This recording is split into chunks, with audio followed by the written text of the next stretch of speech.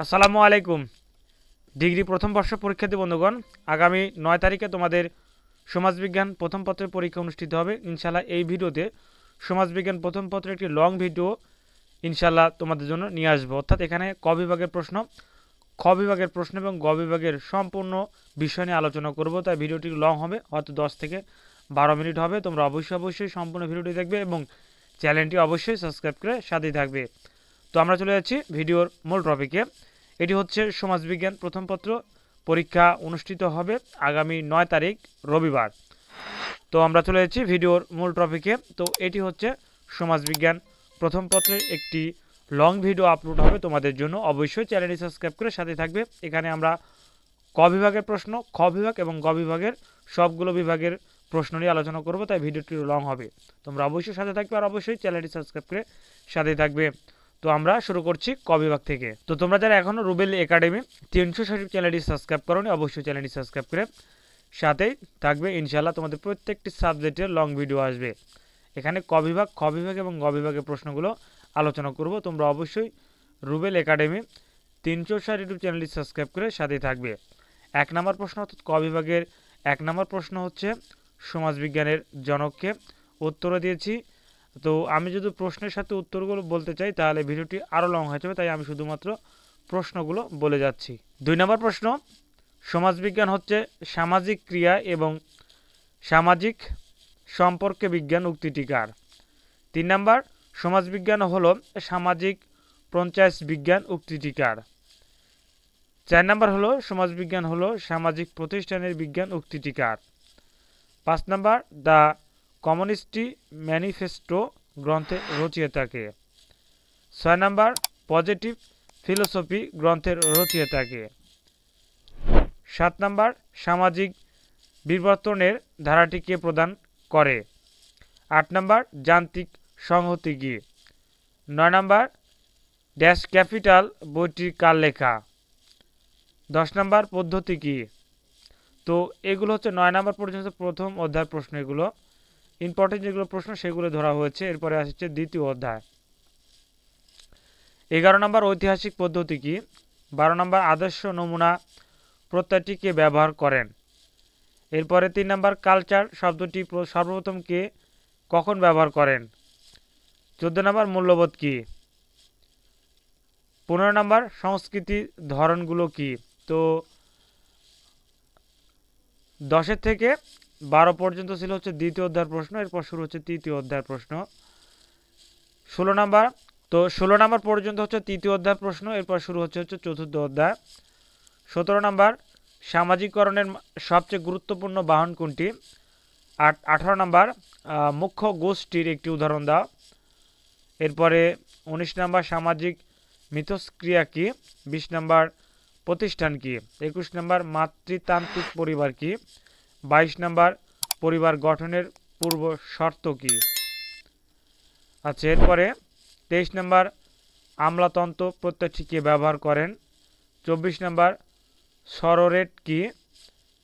25 নম্বর, সামাজিক স্তরবিন্যাস কত প্রকার? এরপরে 26 নম্বর, শ্রেণী সংগ্রাম তত্ত্বের প্রবক্তাকে? 27 নম্বর, সম্মোহনী কর্তৃত্ব কি? 28 নম্বর, কাল এবং সার্কের মতে সমাজ বিকাশের স্তর কয়টি ও কি কি? 29 নম্বর, বিচ্যুতি আচরণ কি? 30 নম্বর, ভদ্রবেশী অপরাধের একটি উদাহরণ দাও। তো প্রিয় শিক্ষার্থী বন্ধুগণ, অবশ্যই তোমাদেরকে বলবো চ্যানেলটি সাবস্ক্রাইব করে সাথে থাকবে। তোমাদের প্রত্যেকটি সাবজেক্টের ইনশাল্লাহ প্রত্যেকটি সাবজেক্টের A+ পাওয়ার মতো একটি লং ভিডিও আসবে, অর্থাৎ লং সাজেশন নিয়ে লং একটি ভিডিও আসবে। সবগুলো বিষয় নিয়ে আলোচনা করা হবে। 31 নম্বর, প্রাতিষ্ঠানিক সামাজিক নিয়ন্ত্রণের একটি উদাহরণ দাও। 32 নম্বর, বিশ্ব এইডস দিবস কত তারিখে পালিত হয়? 33 নম্বর, দুর্যোগ ব্যবস্থাপনার পর্যায় কয়টি? এরপরে 34 নম্বর, AIDS এর পূর্ণরূপ কি? 35 নম্বর, জীবনটা হয় ভূরিভোজ না হয় উপবাস, উক্তিটি কোন সমাজের জন্য প্রযোজ্য? এরপরে 36 নম্বর, শিল্পোত্তর সমাজ কি? 37 নম্বর, সামন্ত সমাজের এজেন্টগুলো কি কি? এরপরে 38 নম্বর, সামাজিক পরিবর্তনের সংজ্ঞা দাও। 39 নাম্বার বিশ্বায়ন কি, এরপরে 40 নাম্বার সাম্যবাদ কি। তো প্রিয় শিক্ষার্থী বন্ধুগণ, এই ছিল 10টি অধ্যায় থেকে 40টি ক বিভাগের অতি সংক্ষিপ্ত প্রশ্নগুলি নিয়ে আলোচনা। তোমাদেরকে আমি প্রথমে বলেছি যে এই সাজেশনটি তোমাদের প্রত্যেকটি বিভাগের অর্থাৎ সমাজবিজ্ঞান প্রথম পত্রের ক বিভাগের প্রশ্ন, খ বিভাগ এবং গ বিভাগের 3টি বিভাগ নিয়ে আলোচনা করা হবে। তো ইতিমধ্যে ক বিভাগের আলোচনা শেষ হলো, আমরা চলে যাব খ বিভাগ। তোমরা যারা এখনও রুবেল একাডেমি 360 চ্যানেলটি সাবস্ক্রাইব করোনি, অবশ্যই চ্যানেলটি সাবস্ক্রাইব করে সাথে থাকবে। শুরু করছি খ বিভাগ।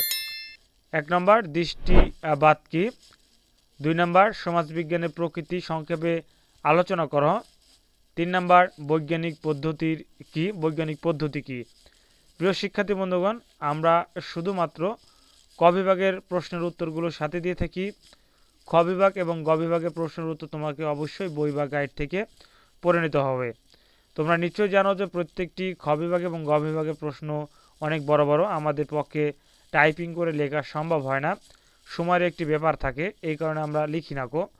আমরা চাই তোমরা যেন তোমাদের যে বই বা গাইড থাকে সেটা তোমরা যেন একটু ফলো করো, একটু তোমরা যেন সময় দিতে পারো।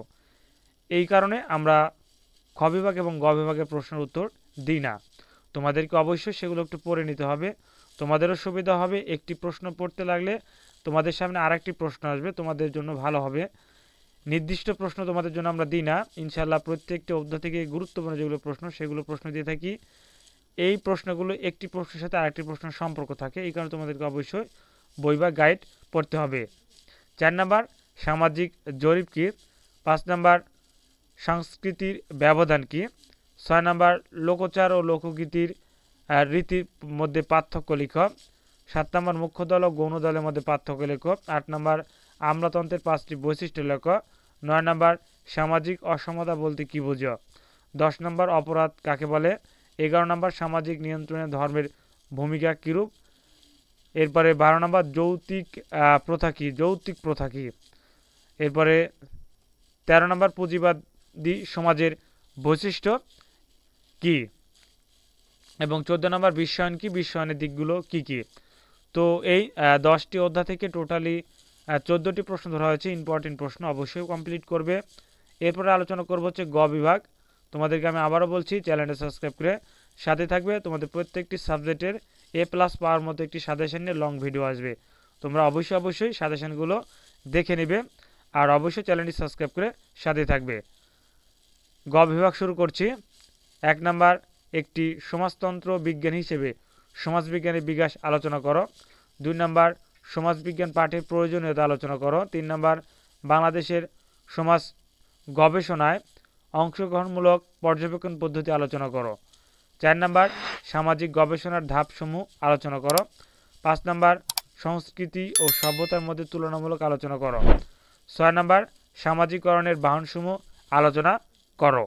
এরপরে 7 নম্বর সমাজ কাঠামো সম্পর্কে সমাজবিজ্ঞানী জিন্সবার্গের মতামত বিশ্লেষণ করো।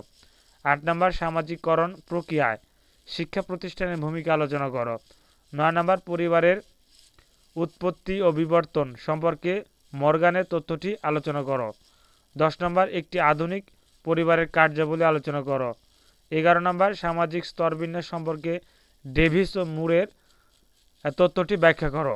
12 নম্বর সাদারল্যান্ডের ভিন্নমুখী মেলামেশা তত্ত্বটি আলোচনা করো। 13 নম্বর সামাজিক নিয়ন্ত্রণের বাহনসমূহ আলোচনা করো। 14 নম্বর বাংলাদেশের নারী নির্যাতন রোধে তুমি কি কি সুপারিশ করবে আলোচনা করো। 15 নম্বর জনসংখ্যা বৃদ্ধি বিশ্ব পরিবেশ অবনয়ের জন্য বহুলাংশে দায়ী ব্যাখ্যা করো। তো এই ছিল আরেকটা প্রশ্ন আছে, তৃতীয় বিশ্বের দেশসমূহে বিশ্বায়নের ইতিহাস ও নেতিবাচক প্রভাব লেখো। তো এই 10টি অধ্যায় থেকে সর্বমোট 16টি প্রশ্ন দেওয়া হয়েছিল, অবশ্যই কমপ্লিট করবে। তো প্রথমে ছিল ক বিভাগের 40টি প্রশ্ন, এরপরে ছিল খ বিভাগের 14টি প্রশ্ন এবং ছিল গ বিভাগের 16টি প্রশ্ন। অবশ্যই প্রশ্নগুলো কমপ্লিট করবে, ইনশাল্লাহ এই প্রশ্নগুলো কমপ্লিট করে তোমাদের পরীক্ষায় 90%-এর ঊর্ধ্বে ইনশাল্লাহ প্রশ্ন কমন আসবে।